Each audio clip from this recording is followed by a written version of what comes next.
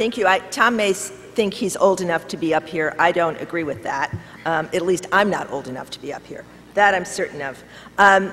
You know, listening to Tom's story, I keep wondering if something like CAPTA could occur today. Could we pass legislation like the War on Poverty? Do we have the capabilities within ourselves to put aside our differences and come together around something that is important, very important for children? The story that Tom tells, though, is a good lesson in that this has never been easy work. One of my favorite quotes about these early days was something Ed Ziegler said when he was asked to testify around the initial legislation. And he said this, that social change is produced not by the stroke of a pen, but by intensive and persistent efforts to change the human ecology in which the social target is embedded. Of course that's true. A piece of legislation doesn't change everything. But you know what? There are others that, during that time, that felt, even though we didn't know exactly what to do, and we couldn't dot our I's and cross our T's, the journey was worth taking. And you don't legislate it, but in some ways, you sometimes have to try to make a difference, even if you don't know all the answers. And research has been an important part of this journey. Tom didn't dwell on it that much, but it's true that the early founders of this were critical in getting CAPTA off to a good start. They had data that showed the consequences of maltreatment, what it meant for kids, and how important it was to prevent it. The role of research, though, while important, is meaningless if we don't have a vision. Just because you have data doesn't tell you what to do. You need to know how you want to do it. And Henry Kemp, although he may not have articulated it well during those first hearings, had a strong vision about what prevention was.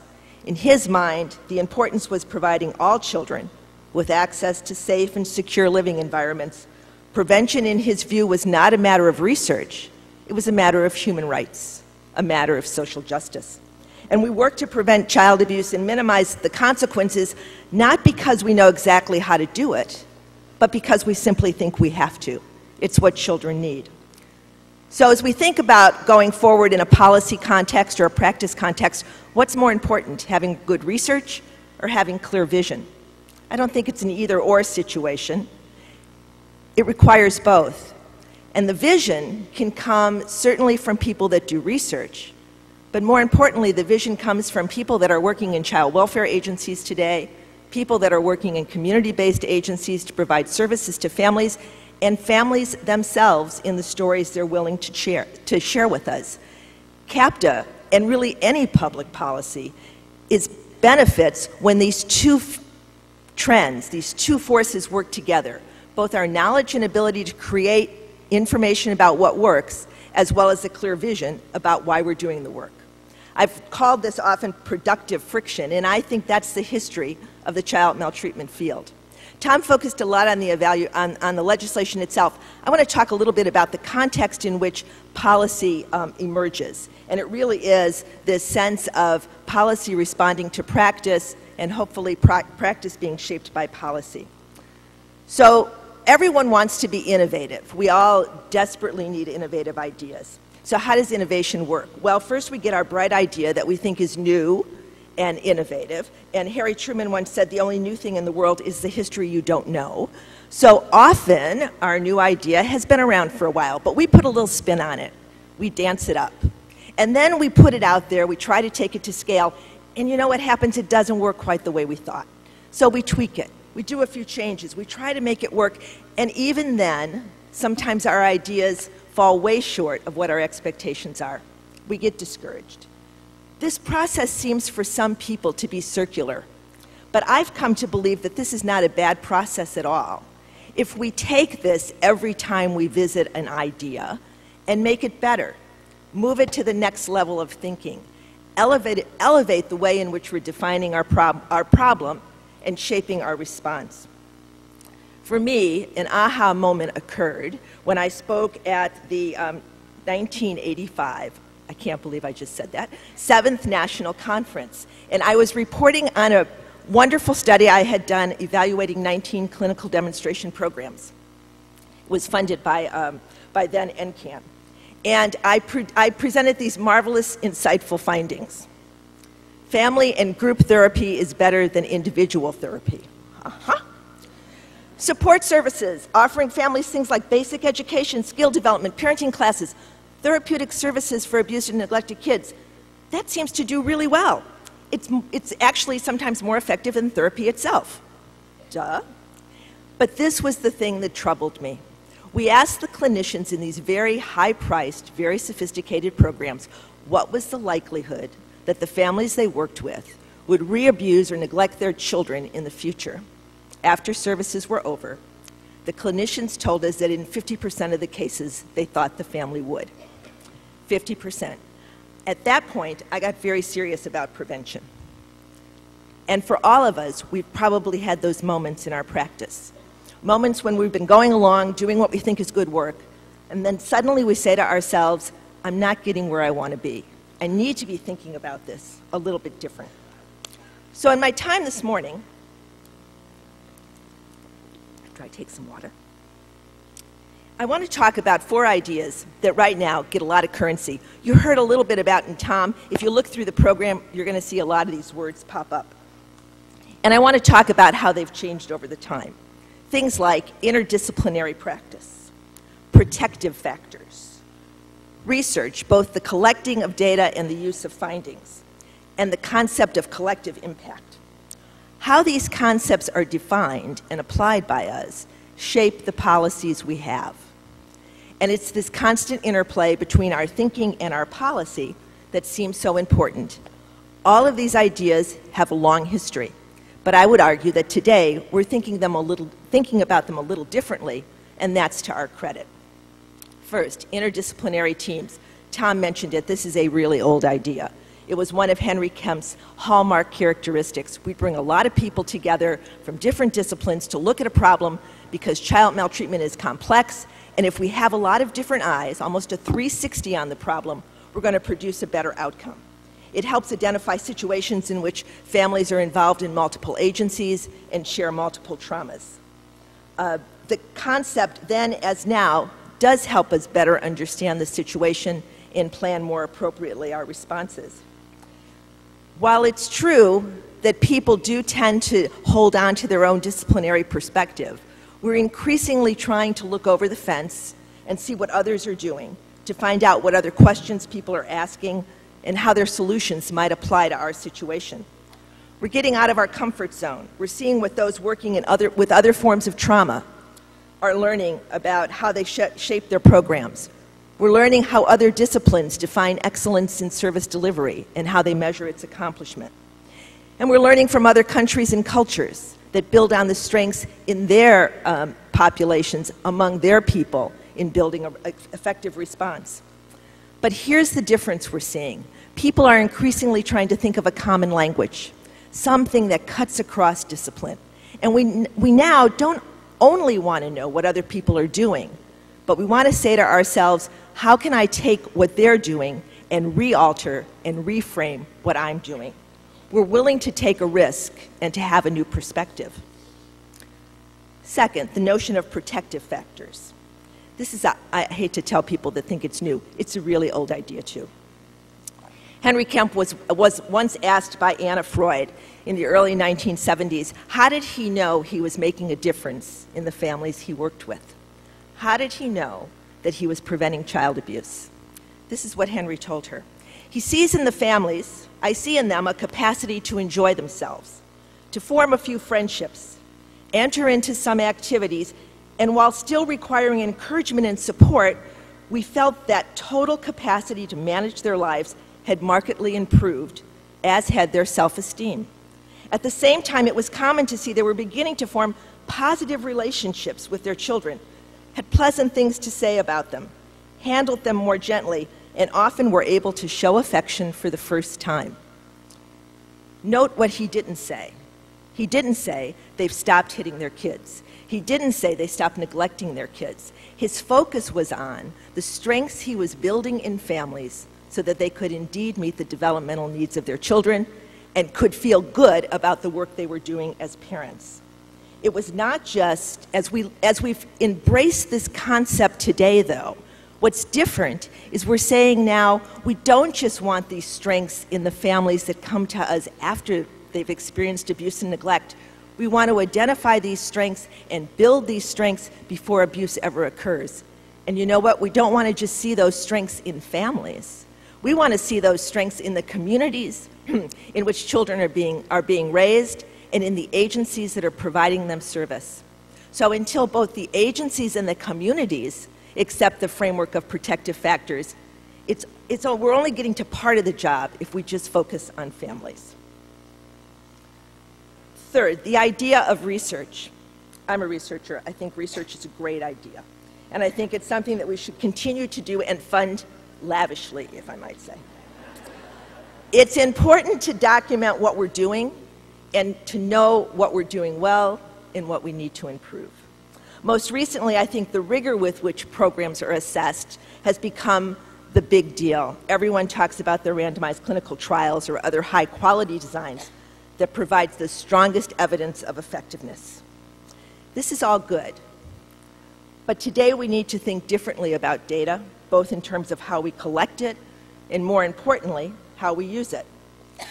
On some level, I really believe we know how to prevent child abuse.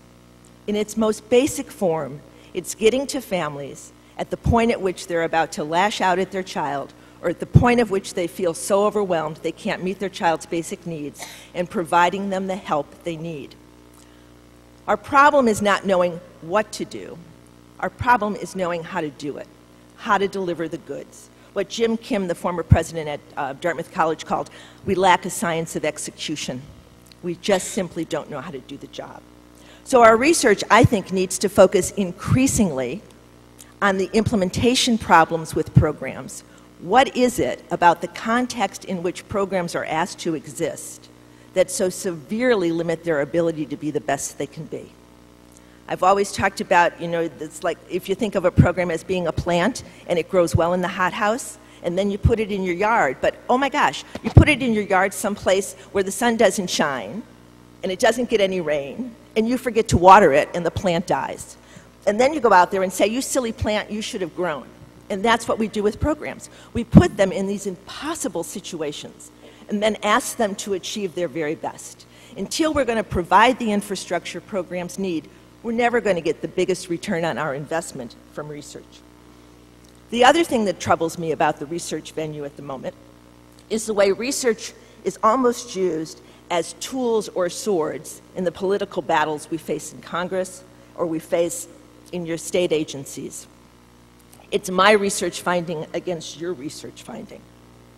And that, I think, is getting in the way of our ability to improve the policy context.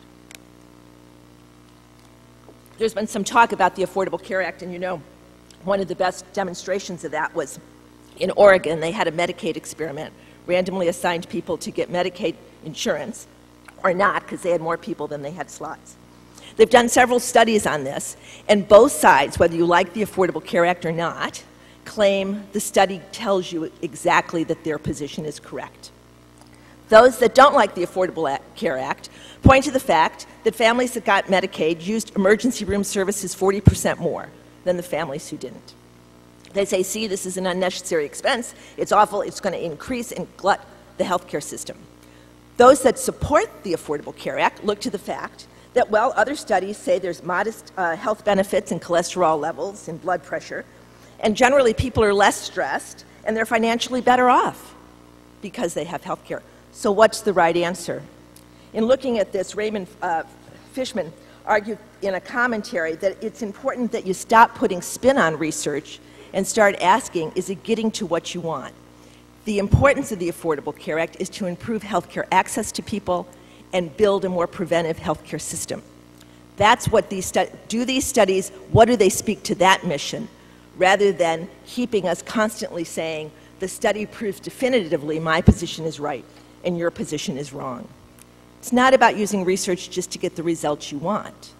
It's using research to, as my friend Karen Cavanaugh at Pew says, it's putting a flashlight on those things you need to know more about.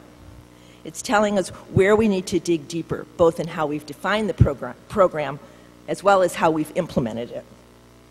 And this, I think, to use research in this manner requires a lot more information than simply what you glean from a randomized trial. It requires information about the implementation of programs, and it's a story that every practitioner and every family need to be encouraged to contribute to. Finally, this idea of collective action, collective impact. This has always been a field with a broad tent. I started my career in this field, well, I started my career before that, but that's too far back. So we'll say I started my time in this field when I joined the National Committee to Prevent Child Abuse in 1987. And the theme there, and some of you were part of that initially, it was everyone has a role to play in preventing child abuse. It was inclusive because we weren't really worried about just passing legislation or just implementing programs. It was about creating a social movement, quite honestly, something that everyone could participate in. Today, we do have this power of collective impact, but here's the slight difference. It's not just about everybody doing something. It's about people acting in ways that reinforce the good work of their colleagues. It's about being intentional, that understanding that what you do can make somebody else's job a lot easier or a lot harder, and that we're sensitive to that and we act in ways that reinforce each other. Effectively addressing child abuse takes a lot of efforts from diverse disciplines. Finding the most effective way to knit these individual efforts together remains the field's core challenge, one in which communities, through active partnership to their local healthcare system, education system, social service system, as well as child welfare, can affect change, but only if it's everyone working together and only if everyone understands their framework, their vision, their discipline is only one part of the puzzle. To put the puzzle together, you need to have people working together. Equally true in our effort to have collective impact is to recognize our individual responsibility for the outcomes we seek. It's balancing collective action with individual responsibility for being the change you want to see. It's parents using local resources and public services, but assuming responsibility and understanding that their own actions will, at the end of the day, be the major influence on their children's lives and development. It's individual programs doing their job, but recognizing that their success is in a large part dependent upon the success of all the other programs in their community accomplishing their mission and objective. And it is about federal leadership and legislation like CAPTA, with also understanding that those types of frameworks need to be replicated at the state and local level. It's not a job just for the federal government, it's not a job for the state government or the job for the local government. It's the collective responsibility of everyone doing their job. You know, all of these trends are important when we think about shaping future public policy, and they influence the quality of our programs and what we do. Looking over the fence and lifting up those good ideas, no matter what discipline or institutions have birthed them. And it is hard sometimes to recognize that somebody had the better idea. Hardest thing in the world, but that's what we need to do. Second, seeking the best outcomes for children, not simply trying to avoid the worst. Expanding our notion of quality research and shifting the intent from knowing more to learning how to do better. And finally, to use our collective power to achieve and inspire each of us to do a better job. This last point, I think, is most important. Just as research is never a substitute for vision, notions of collective action and impact, be they reflected in the public policies we establish or the investments we make in public services, is no substitute for individual responsibility. We all have to come to the table prepared to work and prepared to inspire. My one problem with the so-called evidence-based framework that is quite the rage these days is that it suggests you should only invest in what's proven. You should only do what you know will work. That's not a bad idea. I'm not saying we throw it out. But if you only do what's possible, you may never do what's needed or what's required to achieve the change you want. CAPTA was a piece of legislation that raised the bar, that suggested we could make a difference in the lives of children if we were willing to move forward with some level of uncertainty. And that is the world we live in, one in which there is uncertainty. So while you're here today, and I know some people talk about this being the last one, has anybody ever done anything 19 times? That is such a dumb number. So at least they have to do it one more time. Nobody ends on 19, right? That's bad. But here's the deal. Melissa said, I think of this as a family reunion, and I do. So I want to share with you a meditation that my mother-in-law used to have. And we're so impressed of it, we all carry it around on little laminated cards, because I think it reflects how she lived her life, but it's also how we should live ours. And it goes something like this. Every morning when I get up, I take a minute to reflect on the unlimited possibilities that await me. And I bless every person and every situation that will touch my life today. That's the deal. You bless the good people that come in your life and the ones that are a royal pain in the you-know-what. And if you're lucky, during this next few days, you're going to come across a lot of people that are going to be friendly and nice, and then some people that you're just going to wonder what moon they came off of. I want to tell you, spend some time with the people that disagree with you. Spend some time with the people that challenge your thoughts, because that's how we really make progress. It's fine to be in the tent. It's fine to love everybody, and we do love everybody, even those we disagree with. Remember that. But knowledge and new learning comes when we exchange ideas in a respectful, frank manner.